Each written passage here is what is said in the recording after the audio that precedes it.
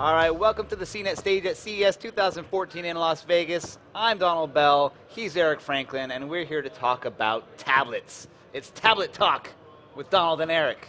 It's a new show. The first for the episode show. right Yep, here. right here. No more episodes after CNET this, though. Tablet Talk. Yeah. Just say that over and over again. Yeah, just keep saying Tablet Talk. Okay. I'm just, I haven't talked to you all week. I know.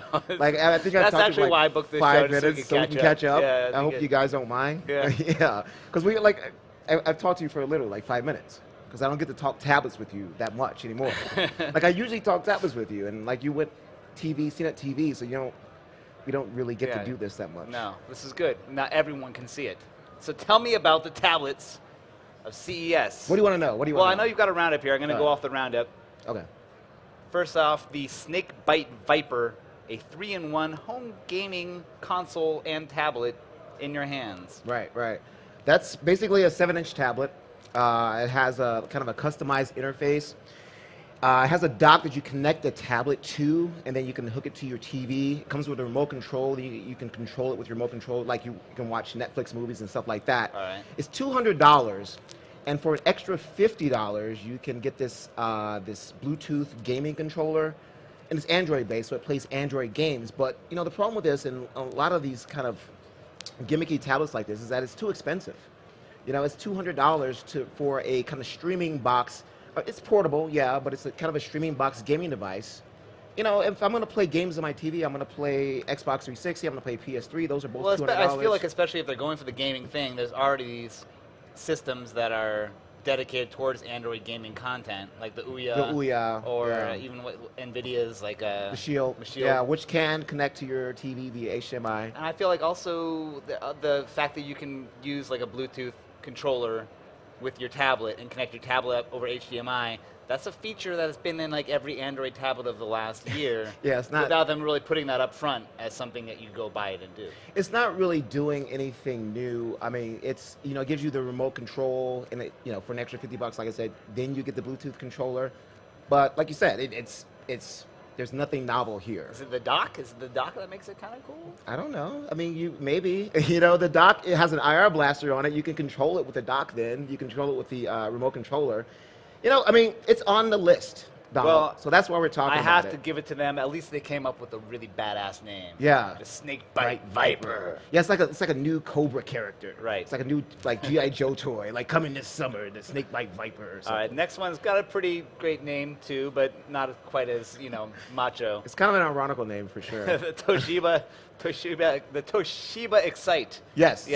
7. Yeah. Because there's been Excites before that we've been more or less excited about. Yeah, I've yet to be excited about one of them, to be honest. And that's always the first thing, and that's like the first rule of product naming is name it exactly the opposite of what it is, right? Yeah, exactly. Well, it's all, that's, that's subjective, I guess, right? I mean, I'm sure there's excited about it. It's $99, it's Android-based, it has, modest specs. And if you want a functional Android tablet from Toshiba, this is one that you can buy. Says Eric Franklin from back CNET of the box, on right the box. there. Right? If you want a functional you can tablet, buy this tablet. If you want a functional, forgettable device that no one will tease you for. You can spend money on this. All right. Excite 7, hands-on. Go check it out. ASUS Transformer Book Duet TD300. Now, we put a few of these 2-in-1 tablet laptop-y devices on our must-see list. Sure. I think this might have been one of them. This is a dual, not just dual boot, but like a switchable OS. So you can go from Windows 8.1 to Android. Yeah, really quickly. Like, there you go. It's happening in like 2-3 seconds. So that's cool. It has Windows-based specs. It has Core i7, I believe, inside. 128 gigs of storage. It's kind of a neat idea in that, you get the dual boot Windows and Android, and you're getting the powerful specs of a Windows machine on Android. Sure. So if you like, if you. But the tablet itself, I mean, a lot of the Windows tablets I've seen, they're chunky. They haven't quite got as thin as Android tablets. An Android tablet. So I'm imagining it's still suffering from that. It does still suffer because it has those Windows, that Intel-based architecture. So it's always going to be a little bit thicker than like your NVIDIA or Qualcomm-based architecture. All right, but do you tablet feel stuff. like this is one of the big tablet stories of CES? Is this guy? I think it's the start of a big tablet story for 2014. I think you're probably going to see a lot of dual boot, easily switchable Android, Windows tablets, and this is probably this is the first one. So All right. Next up, the ACER Iconia B1720. Right. Now, the naming people have clearly phoned it in at this point. Yeah, it's like a router name almost. No, so yeah, this is another like one of those cheap, modestly spec tablets that if you just want just pure function, you don't want to do anything special, you just want a tablet that you can, I guess, stream movies on, surf the web, check email. It's pretty cheap. I think it's 129, I believe. It's one of those things because I'm such a hardware guy. I get excited about, like high resolution screens, bright screens. This one, it feels like almost like a specs wise, it feels like a tablet from 2012. Right. It has like a 1024 by 600 resolution screen. That's not exciting. It's not exciting to me.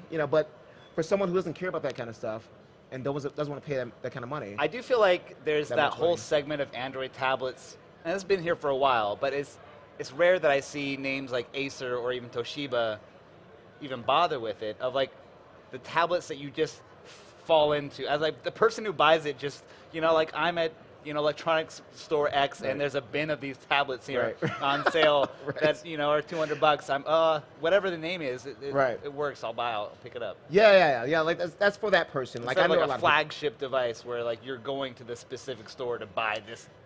Exactly. That's Snakebyte. who that's for. Right. That's for those bargain bin shoppers who just want a tablet, just want an Android tablet, doesn't care about specs and stuff like that, and it'll probably work.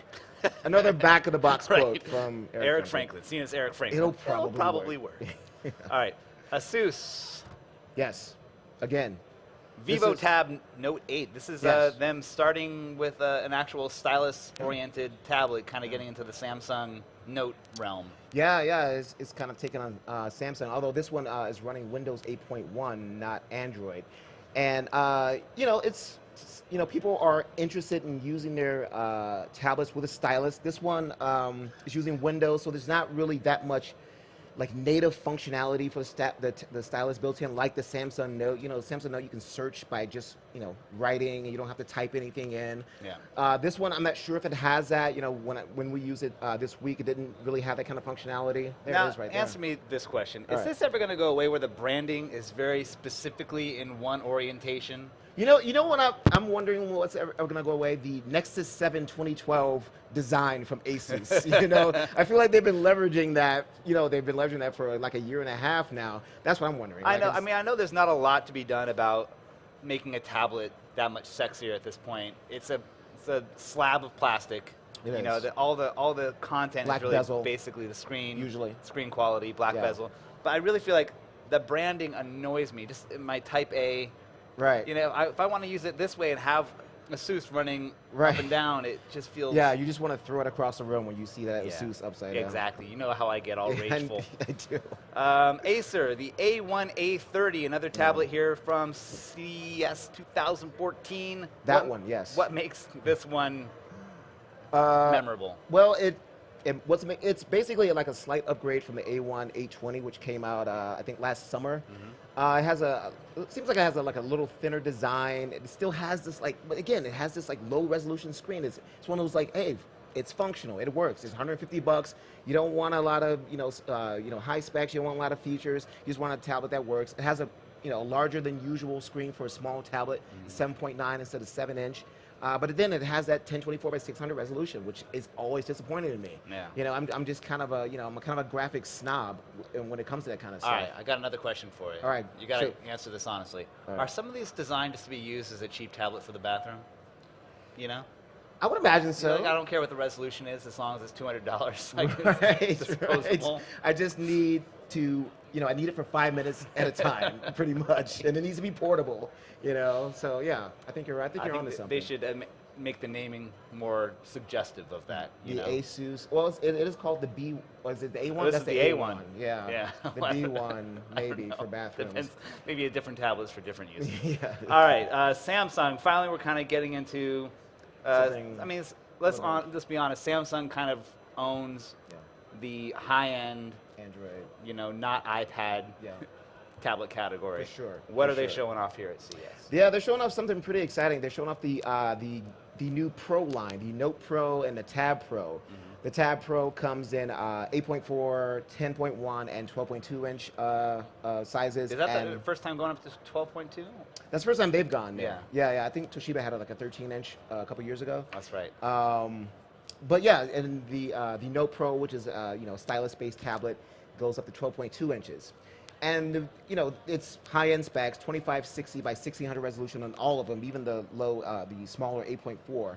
You know, using, you know, high-end Exynos processor, 3 gigs of RAM. You know, you can do multi-window. You can have 4 apps running concurrently on the 12.2 inch screen. So that's part of the story here. Is the update is also the interface for it has been updated. So yeah, so it's widget based. It's all widget based now. I mean, you can still go back and you can look at app icons if you want to, but most of it is just widget based. So you can have, basically, you can have your weather on your left side. You can have news, you know, on the right. You can have below that. You can have like your recent apps and stuff like that. It's just a much more graphical, hopefully much more, for most people, intuitive interface. For me, it was a little hard to get used to, but for someone just starting their tablet career, whatever. Where do you fall in that debate, though, about Yeah. kind of pure Android versus like the skinned Android? I mean, Samsung is really big on their particular version and skin of No, Android, and so like that'd HTC. be a question for you, actually. Well, how do you feel about TouchWiz, Don?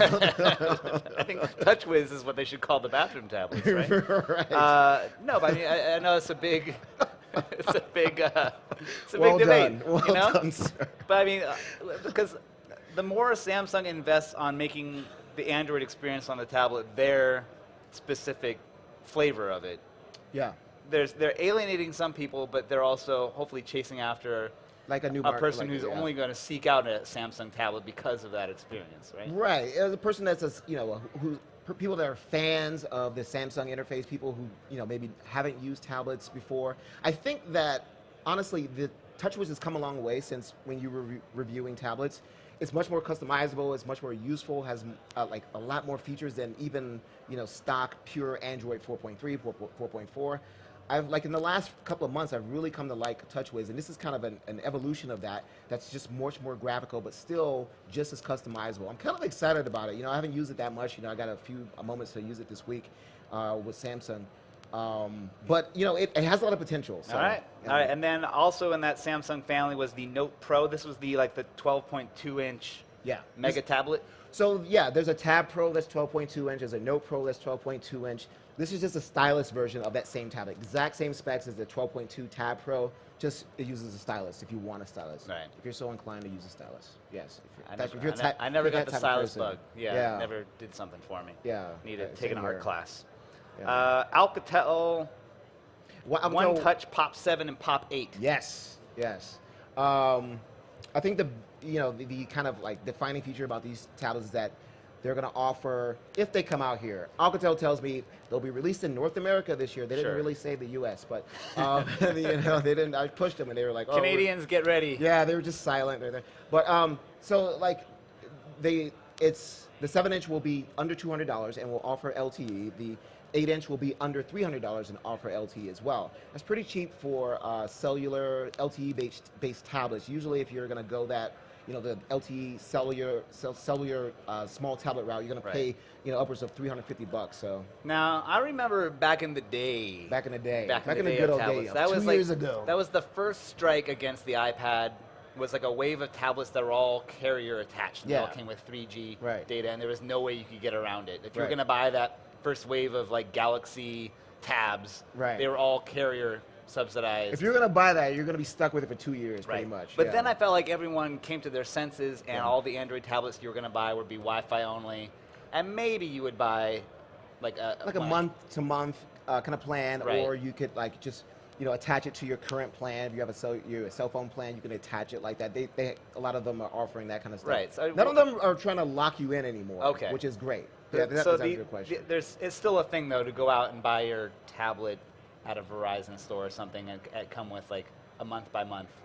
Yeah, that's still a thing. That still happens. Yeah, I mean, luckily they're not trying to, like I said, they're not trying to lock you in for 2 years. It's a little bit more freeing these days. Yeah. All right. So what on this list do you think, if you're putting as the one you had to write about, or actually be excited about? I had to write about all of them. Well, I know, but as like the tablet, the takeaway tablet of CES 2014. I mean, probably the Pro line from Samsung, the Galaxy Pro line. I just think that, at CES, I want to see something exciting. I want to see vendors doing something risky. I want to see them doing something that's, kind of off the beaten path of tablets. Like, oh, here's another tablet with, app icons and whatever. And that's fine. That works. It's functional. But at CES, I want to be excited, so I'm being kind of selfish here.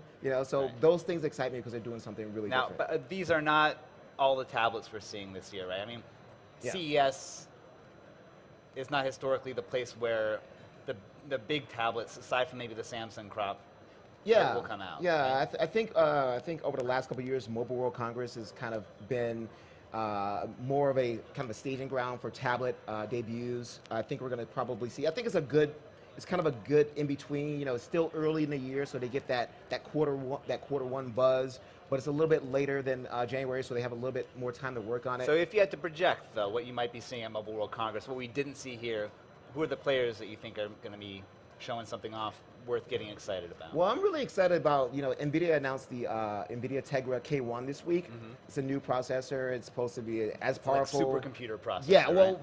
They say that, but then they go, well, it's as powerful as a 360 or PS3, graphically, which is not really a super. I don't know. Is that a supercomputer? How do we define supercomputers these days? Does that change like every year? Is it like Moore's law? They're all supercomputers. I'm getting really geeky right here. I'm sorry. I guess this is the place to get geeky. You're in the right place. Fine. Good audience. What's your question? No, I'm just playing. Tablets to get excited about. K1. K1 tablets. No, I know. I like that. It. Yeah, I'm really excited to see tablets announced with that process. I'm really excited to see what that can actually do. But the thing about that is like, yes, you have the 360, you have the PS3. Those are really capable devices. Mm-hmm. But those are also the best game developers in the world working on those two devices, and making their engines and fine tuning their engines and really getting to know the hardware. You don't really see that much on Android. You don't see. I mean, you might get some good developers on there, but you don't see that many. So, but you're talking about Android gaming specifically, right? To like maximize that gaming performance from an Android tablet or an Android box like a Ouya or something like that. Right, exactly. You don't really get to see that kind of stuff, and a lot of these developers don't have that. That was the claim from the NVIDIA conference, right? Was that Android gaming was going to be like the future of where things are going. Yeah, they were saying that. I'm not buying it. I'm gonna still choose to do my gaming on like my console gaming, my console boxes, my dedicated console box, my Nintendos, I was almost at Sega. Man, how old am I? My Sonys, my Microsofts. I'm gonna do it on my PC, high-end PC, so like that Project Christine, that kind of stuff. I don't know, I'm getting off subject here, but that's what I really want to talk about. Can we talk about Project Christine? Because that thing is amazing. It probably never come out. It still sounds like weird science to me. Like you start naming your supercomputers after women. It's a little bit. Weird. It sounds lonely. Yeah, exactly. It's a lonely time in that lab. Weird Science, great movie though. Can we talk about that? Yeah. It's one of my favorite movies of all time. Okay, but we're talking about the projection for this year beyond CES. Right. K1 tablets, interesting. Yeah. Anything else? Any other? Like Nokia? Is Nokia coming out? I'm trying to think of the people who aren't represented here at CES. I mean, hopefully you'll see a new version of Surface tablets. Hopefully they'll probably go in a more refined direction. Surface 2 was fine. It was a fine upgrade from the first Surface. I'm hoping to see a new design from that. I'm hoping to see a little bit more powerful specs, a little bit more thoughtfulness on Microsoft's part in designing that. It's pretty good, but it just didn't push it far enough above the first Surface. You'll probably see new Nexus tablets. I still feel like, isn't there like a stockpile of Surfaces like buried in like the Nevada desert here somewhere that they didn't sell? Right, exactly. Like I'm glad they're iterating on it, but I also don't really have a sense that it did what they wanted it to. Yeah, I don't think it did. I mean, I think you're touching on something that's. I think you're right about that. I think it's kind of a weird thing because it's a productivity tablet, but it's not that powerful. Mm-hmm. So it's and it has the kickstand, so it's not. You have it on your lap or something like that. It's not really that comfortable. You always do the lap test. It turns into wearable tech at that point. You're balancing it on your exactly the lap test. That means. All right. Well, thanks so much, Eric, for talking to me, for doing some You're tablet welcome, talk Donald. with Donald Bell and Eric Franklin. We are going to have more coverage here at CES. And you can stay tuned for all of it at ces.cnet.com. We've got Bill Detweiler heading to the stage shortly to break apart another expensive device and cracking open, so stay tuned.